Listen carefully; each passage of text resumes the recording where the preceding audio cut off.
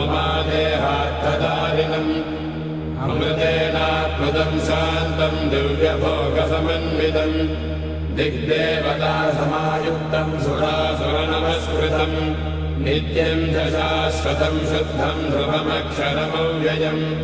सर्वव्यापिनमीशानं रुद्रं वै विश्वरूपिणम् एवं ध्यात्वा द्विजः सम्यक् ततो यजनमारभेत् अथातो रुद्रस्नानार्चनाभिषेकविधिं व्याख्यास्यामः आदितयेव तीर्थे स्नात्वा उदेत्य शुचिः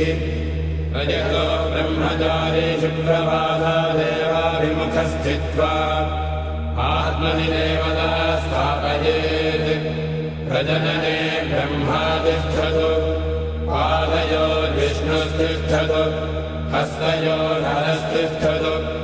बाह्वोरिन्द्रस्तिष्ठतु जठरे अग्निस्तिष्ठतु हृदये शिवस्तिष्ठतु कण्ठे वसवस्तिष्ठन्तु वक्त्रे सरस्वती तिष्ठतु नासिकयोः वायुस्तिष्ठतु नयनयोश्चन्द्रादित्यो तिष्ठेताम् कर्णयोरश्विनौ तिष्ठेताम् ललाटे रुद्रास्तिष्ठन्तु मूर्ध्नादित्यास्तिष्ठन्तु